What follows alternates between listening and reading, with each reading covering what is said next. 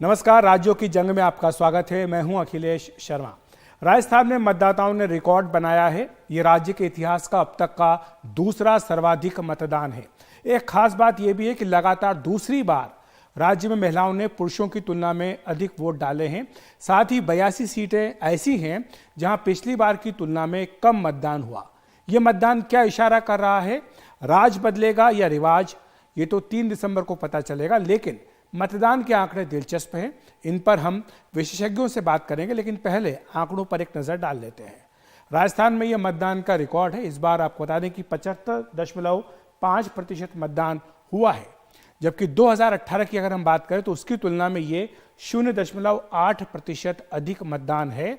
और 2013 में राजस्थान के विधानसभा चुनाव में सबसे अधिक 75.7% मतदान हुआ था, यानी केवल 0.2% कम रहा है 2013 की तुलना में। लेकिन फिर भी ये राजस्थान के इतिहास का इस बार दूसरा सर्वाधिक मतदान है।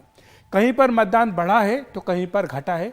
2018 की तुलना करें तो राजस्थान की 200 सीटें हैं, इस बार 199 सीटों के चुनाव हुए। 117 सीटों पर मतदान इस बार बढ़ा है, जबकि 82 सीटों पर मतदान पिछली बार की यानी 2018 की तुलना में कम हुआ है। मौजूदा विधायकों की सीटों पर भी रोचक आंकड़ा है। कांग्रेस की मौजूदा 60 सीटें हैं जहां पर कि मतदान जो है वो बढ़ा, और 39 सीटें कांग्रेस की ऐसी हैं जहां पर कि मतदान घटा है। अगर बीजेपी की बात करें तो बीजेपी की मौजूदा 41 सीटें हैं, वहां पर मतदान बढ़ा है, और 32 सीटों पर बीजेपी की जो सीटें अभी हैं उन पर मतदान घटा है। हालांकि कांग्रेस और बीजेपी दोनों ने अपने कुछ विधायकों के टिकट काट दिए थे, इसलिए हम इसको क्या उससे जोड़े या ना जोड़े इस पर विशेषज्ञ से बात करेंगे। लेकिन बीजेपी ने 73 में से 61 विधायकों को दोबारा टिकट दिया है। वहीं कांग्रेस ने अपने 100 में से 86 विधायकों को दोबारा टिकट दिया, यानी बीजेपी ने 12 और कांग्रेस ने 14 विधायकों के टिकट काट दिए। कड़े मुकाबले वाली सीटों की बात करें तो वहां पर मतदान बढ़ा है, और इसीलिए जो छोटी पार्टियां हैं और निर्दलीय हैं उन पर नजरें हैं, क्योंकि अधिकांश सीटों पर वहां पर वोटिंग बढ़ी है। जहां पर कि 2018 में चाहे बीएसपी हो या अन्य पार्टियां इस तरह की हों, उनकी जो सीटें थी वहां पर इस बार वोट बढ़ा है। क्षेत्रवार बात करें तो पूर्वी राजस्थान पर, जहां पर सबकी नजरें हैं, इस बार 58% सीटों पर मतदान में बढ़ोतरी हुई है। ये पूर्वी राजस्थान का नक्शा है। यहाँ पर 58% सीटें हैं, वहाँ पर मतदान बढ़ा है।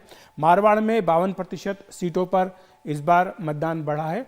मेवाड़ और हाड़ौती में 83% सीटों पर, यानी ये हिस्सा है जहाँ पर कि पिछली बार की तुलना में इस बार ज़्यादा वोट डाले गए। करीब करीब सभी सीटों पर यहाँ यह आंकड़ा देखने को आया है। उत्तरी राजस्थान में सबसे कम 38% सीटों पर मतदान बढ़ा है।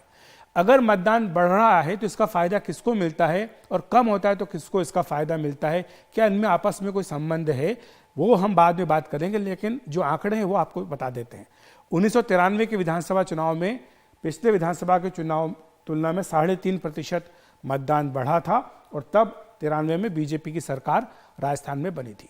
98 में 5 साल बाद 2.8% मतदान 93 की तुलना में बढ़ा, और तब कांग्रेस पार्टी की जीत यहाँ पर हुई थी। 2003 में 3.8% अधिक मतदान हुआ 98 की तुलना में, और बीजेपी ने वापसी की थी। 2008 की बात करें तब मतदान घटा 0.7%, और तब कांग्रेस की सरकार राजस्थान में बनी थी। 2013 में बम्पर मतदान हुआ 9% अधिक, और तब बीजेपी ने भारी जीत यहां पर राजस्थान में हासिल की थी। 2018 में लेकिन मतदान में 1% की कमी हुई, और तब कांग्रेस को सत्ता मिली थी। अब 2023 में मतदान में 0.8% की बढ़ोतरी हुई है। किसे फायदा मिलेगा, यह सबसे बड़ा सवाल है, और इसका जवाब हमें रविवार को मिलेगा। तो हमारे साथ हमारे 2 खास मेहमान इस पर चर्चा करने के लिए मौजूद है। अविनाश कल्ला जी, वरिष्ठ पत्रकार, और सुनील कौशिक जी, राजनीतिक विश्लेषक। आप दोनों का बहुत बहुत स्वागत है। अविनाश जी, सबसे पहले आपके पास ही आऊँगा। यही सवाल कि जब हमने देखा कि राजस्थान में जब मतदान बढ़ता है तो बीजेपी को फायदा होता है, और घटता है तो कांग्रेस को फायदा होता है। इस बार 0.8% मतदान बढ़ा है, क्या मतलब निकाला जाए इसका? देखिए अखिलेश जी, जैसा आपने बताया कि अगर हम सिर्फ नंबर की बात करें कि बढ़ता है और घटता है में किसको फायदा या नुकसान हो रहा है, तो उस हिसाब से भी देखें तो भारतीय जनता पार्टी को एक एज है। जो प्रदेश का रिवाज रहा है कि हर बार हम सरकार बदलते हैं, उसका इंडिकेशन भी ये दिखाता है कि इस बार बीजेपी की तरफ टर्न बढ़ेगी। और आप देखिए जो आपने रीजन्स बताया उसमें ईस्टर्न राजस्थान में बढ़ोतरी हुई है जी। वोट्स की, तो वो एक बड़ा फैक्टर होगा। और आपने हाड़ौती वाला एरिया भी बताया, मेवाड़ और हाड़ौती, उसमें बढ़ोतरी हुई है। तो लिटरली जो कहा जाता है अभी तक के नंबर्स है, सुनील जी उस पर और एम्फेसाइज कर सकते हैं कि जो मेवाड़ जीतता है वो राज्य में आता है। ये पिछले चुनाव के अलावा हमारा सेट रूल था। और पिछले चुनाव में ईस्टर्न राजस्थान में कांग्रेस को बढ़त मिली थी। अब इस बार किसी भी पैमाने से ईस्टर्न राजस्थान में जो वोट बढ़ा है वो कांग्रेस की तरफ जाता हुआ नहीं दिख रहा। तो अगर इन दो एरियाज को भी देखें तो मुझे ये लगता है कि रिवाज यथावत रहेगा राजस्थान में। राज बदलेगा, रिवाज बदलता नहीं दिख रहा। बिल्कुल, तो इसके लिए हमें 3 तारीख का इंतजार करना होगा, लेकिन सुनील जी भी हमारे साथ जुड़ गए हैं। सुनील जी, एक दूसरा दिलचस्प आंकड़ा ये भी है कि जो मौजूदा सीटें हैं उनका भी आंकड़ा हमारे पास आया। कांग्रेस के पास जो सीटें थी उनमें 60 सीटों पर वोटिंग बढ़ी है, 39 पर घट गई। बीजेपी की अगर बात करें तो जो उसकी मौजूदा 41 सीटें हैं उस पर वोटिंग बढ़ी और 32 पर घट गई। तो अगर हम इसको विधायकों से नाराजगी से जोड़ें, या ये जो बात चलती आई थी इस बार चले कि गहलोत तुझसे बैर नहीं लेकिन विधायक तेरी खैर नहीं, क्या ये आंकड़ा इसको और इशारा करता है? देखो अखिलेश जी, ओवरऑल आप देखेंगे ना, गहलोत जी के मंत्रिमंडल को लेकर के, विधायकों को लेकर के देखें तो लगभग 7 जो मंत्री हैं, वरिष्ठ मंत्री रहे हैं, उनमें मतदान बढ़ा है। 18 मंत्री हैं, उनमें घटा है। तो अब घटना और बढ़ना, ये मुझे लगता है कि समीकरण कभी कभी ऐसा भी होता है कि जैसे आप 93 की बात करेंगे, जो पहली बार ऐसा हुआ कि मतदान बढ़ा तो कांग्रेस आई, लेकिन 98 के बाद यदि आप आंकड़े लेंगे तो फिर ये फॉर्मूला बिल्कुल राजस्थान की जनता पर फिट बैठता है कि मतदान घटा तो कांग्रेस गई, मतदान बढ़ा तो बीजेपी सत्ता में वापस आई। लेकिन इस बार का जो मतदान का मैं आकलन करूं तो बहुत ज्यादा फर्क नहीं है, 0.8। तो 0.8 का मतलब आप समझिए कि जब 0.9 2018 में आगे पीछे हुआ तो 96 मिली कांग्रेस को और 78 मिली बीजेपी को। तो बहुत ज्यादा अंतर रहने वाला नहीं है, जो मेरा आकलन कहता है। बिल्कुल सत्ता के दोनों राजनीतिक दल नजदीक रहेंगे, लेकिन ये तब सर्वे को उठा करके देखें कि जिन दलों ने, सी वोटर ने या तमाम एजेंसियों ने जो सर्वे किए थे, जुलाई में सर्वे किया और अक्टूबर में सर्वे किया, तो दोनों में ये दिख रहा है कि निश्चित तौर से जो मतदान प्रतिशत बढ़ने का जो उन्होंने आंकड़ा दिया था वो नहीं हो पाया। 4 से 5% वो चाहते थे कि मतदान बढ़ेगा, लेकिन इतना बढ़ा नहीं। उसी के हिसाब से उन्होंने सीटों का भी रखा था कि कांग्रेस को 64 के आसपास मिलेगी और बीजेपी को 132 के आसपास सीट। जी अविनाश जी, एक दूसरा भी दिलचस्प आंकड़ा उस पर भी बात कर लेते हैं कि जो पिछली बार विधानसभा चुनाव में नतीजा आया था और जिन लोगों की सरकार बनाने में बड़ी भूमिका थी, छोटी पार्टियां, निर्दलीय, अगर हम उनकी सीटों की बात करें तो पिछले चुनाव की तुलना में इस बार उनकी जो तमाम सीटें हैं, वो चाहे बीएसपी हो, चाहे बीटीपी हो या अन्य निर्दलीय विधायक हों, वहां पर मतदान बढ़ा है। तो ये क्या इशारा कर रहा है कि क्या उनसे लोग नाराज थे या फिर जो गहलोत सरकार की नीतियां हैं या योजनाएं हैं उनको भी समर्थन मिला? क्योंकि यह भी तर्क दिया जा सकता है कि अगर लोग अपने घरों से अधिक निकल करके मतदान करें तो वो शायद ये भी चाहते हैं कि एक तरह से सरकार से जो कामकाज हुआ है उससे भी हम खुश हैं और योजनाएं जो थी उनको हम चाहते हैं कि ये इनका समर्थन किया जाए। देखिए अखिलेश जी, ये जो आप बात कह रहे हैं ना कि जिनकी सीटों में अभी बढ़ोतरी हुई, अब आप इसको दो तरह से देख सकते हैं। और इस एक बात तो मैं संजय जी की मानूंगा कि इस बार मुकाबला वैसा नहीं है, वरना इस समय तक तो राजस्थान में अटकलें लगनी शुरू हो जाती थी कि पलड़ा किस तरफ जाएगा और वो दल कितनी ले जाएगा। इस बार किसी की भी सरकार आए, जैसे मैंने कहा, अगर रिवाज है तो जो डिफीट का मार्जिन है वो कम रहेगा। बिल्कुल वो 21 और 56 वाली स्थिति इस बार लगती नजर नहीं आ रही। मुकाबला ठीक रहेगा। अगर कांग्रेस की सरकार जाती भी है तो वो एक ग्रेसफुल डिफीट की तरफ जाएगी। और दूसरी बात ये कि जिन निर्दलियों ने सरकार बचाने में अहम भूमिका निभाई वो कांग्रेस की सीट पे खड़े हो गए। तो जो कांग्रेस के सिंबल पे जो उस चुनाव में लड़े थे वो बागी हो गए वहां पे।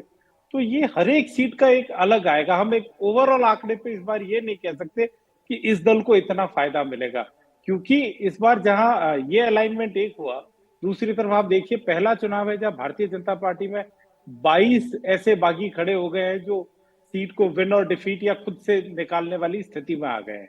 तो इनकम्बेंट्स की सीट पे जो बढ़ोतरी हुई है, ये भी देखना होगा कि वो इंडिपेंडेंट आए थे या अपने छोटे दल से आए थे, वो छोड़ के जब वो कांग्रेस की तरफ गए तो क्या उनका वोट बैंक शिफ्ट हुआ या वोट बैंक वहीं रह गया और दूसरा दल इस बार बाजी ले गया। जी। तो इस बार चुनाव बहुत रीजन वाइज और आप सीट वाइज देख लीजिए। चुनाव के पहले तक लग रहा था कि जोधपुर में हालात डिफरेंट रहेंगे, पर उस तरह का अभी जो अगर आंकड़ा देखे तो वैसा नजर नहीं आ रहा। आप जयपुर का ही देख लीजिए, एक सैंपल है 19 सीटों का। जयपुर का कहते हैं जो राज्य में आता है वो जयपुर के साथ रहता है। तो अभी जो मौजूदा स्थिति है 19 सीटों की, उसमें से 10 कांग्रेस, 6 भाजपा और 3 अदर्स, और रूरल सीट जो है वो 10 है। अब रूरल सीट्स में वोटिंग परसेंटेज बढ़ा है, तो क्या वो स्विंग होगा? तो एरिया स्पेसिफिक इस पूरे चुनाव में नेताओं ने लोगों को अपनी घोषणाओं से कंफ्यूज रखा, और जब मतदान किया है तो उसका परिणाम हम 3 को देखेंगे। अभी तक जनता ने भी वही कंफ्यूजन मोड ऑन रखा है।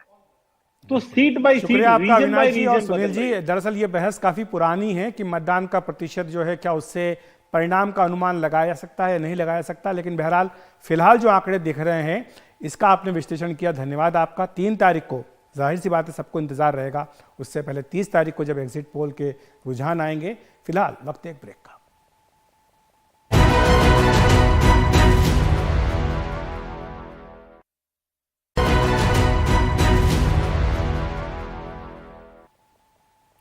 तेलंगाना विधानसभा के लिए चुनाव के प्रचार का आखिरी दौर है। सभी राजनीतिक दलों ने पूरी ताकत झोंक दी है। इसी कड़ी में पीएम नरेंद्र मोदी ने आज हैदराबाद के महबूबाबाद और करीमनगर में रैलियां की। उसके बाद शाम को हैदराबाद में एक रोड शो भी किया, जिसमें लोगों की जबरदस्त भीड़ देखने को मिली। महबूबाबाद में चुनावी रैली को संबोधित करते हुए पीएम मोदी ने सत्तारूढ़ बीआरएस पर तीखा हमला बोला। उन्होंने कहा कि केसीआर को बीजेपी की ताकत का एहसास हो गया था, वे बीजेपी से दोस्ती करना चाहते थे, लेकिन बीजेपी ने उनका ऑफर ठुकरा दिया। उन्होंने कहा कि तेलंगाना को केसीआर की जरूरत नहीं है।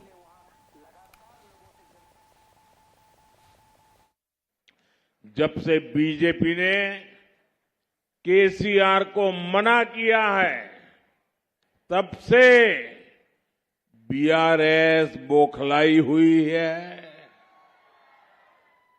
बीआरएस अब मुझे गाली देने का कोई मौका नहीं छोड़ती। बीआरएस जानती है कि मोदी कभी बीआरएस को बीजेपी के आसपास भी फटकने नहीं देंगे, और ये गारंटी भी मोदी की गारंटी है। और मोदी की गारंटी यानी गारंटी पूरी होने की गारंटी। तो राज्यों की जंग में आज इतना ही। नमस्कार।